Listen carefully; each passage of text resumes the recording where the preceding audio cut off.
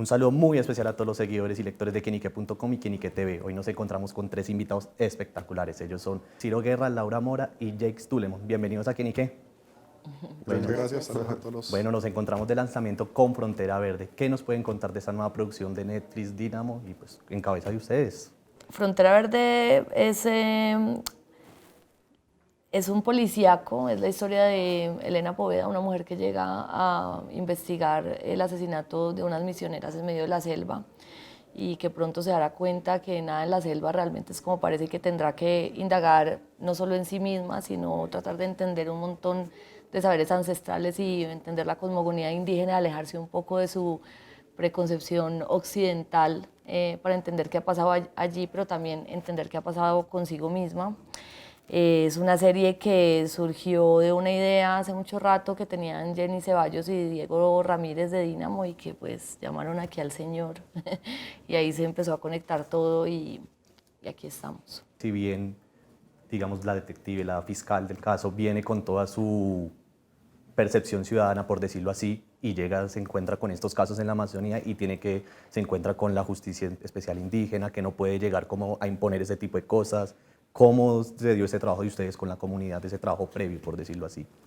Y lo interesante de la serie era explorar esos límites entre nuestra concepción de sociedad, nuestra concepción de justicia y de ley, versus la concepción de justicia y de ley que es muchísimo más amplia, muchísimo más cambiante que tienen los pueblos amazónicos, ¿no? Y cómo ese es el territorio de ellos, y al entrar en ese territorio pues las reglas son diferentes, y las reglas son diferentes en la Amazonía. Eso nos plantea como una frontera más de las que estamos. La serie en general habla de esos límites de que tenemos como seres humanos. Está ambientada en una triple frontera entre tres países, pero también habla de límites espirituales, de límites legales, de límites de lo posible, ¿no? de lo creíble y lo increíble. Y bueno, con las comunidades indígenas realmente siempre el trabajo ha sido muy grato en todos los proyectos en los que hemos estado. Nos hemos dado cuenta de que son súper abiertos, son súper entusiastas. Lo único que piden es que se les trate de una manera respetuosa, y en la medida en que uno sea respetuoso en la manera de aproximarse, ellos van a estar abiertos a compartir su territorio. Tenemos que ser muy conscientes de que el territorio es de ellos y hay que ser respetuoso ante eso y seguir las líneas que ellos le dan a uno para guiarse dentro de ese territorio que es desconocido para nosotros. Pero realmente es un proceso de aprendizaje, es un proceso divertidísimo, es un proceso de una creación que se enriquece constantemente y bueno, pues creo que las comunidades indígenas tienen muchísimo que contarle al mundo. Son una voz que no ha sido escuchada, que no ha sido tenida en cuenta y de la que tenemos mucho que aprender. ¿Cómo fue ese trabajo previo? Es decir, ¿con cuánto tiempo de anterioridad llegaron? ¿Cómo les mencionaron el proyecto a las comunidades y demás?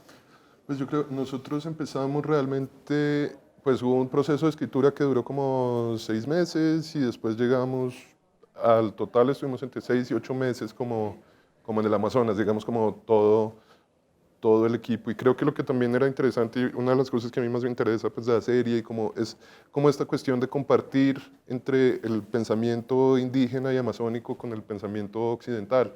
Y creo que había pues como un trabajo de ir y como de conocerse, que creo que fue también como que es uno de los retos y una de las cosas como más interesantes también, con los actores, que hay unos actores maravillosos, pues como Andrés Crespo, Juana del Río, Nelson Camayo, con otros actores pues que ya empezaban a tener experiencia, pues como Miguel Ramos, y como de juntarnos todos, y como de tener entonces ese ir y venir entre lo que ellos piensan y o como ellos ven el mundo y nosotros como lo vemos también. Creo que eso fue como lo más importante del proceso y de la preparación. Bueno, más allá de ser como un tipo drama criminal, también se le da como mucha importancia a las creencias indígenas, a ese respeto que ellos tienen por la naturaleza. ¿Por qué buscaron eso ¿Por qué buscar eso? O sea, es decir, ¿cómo lograron eso sin perder como la idea principal de la serie?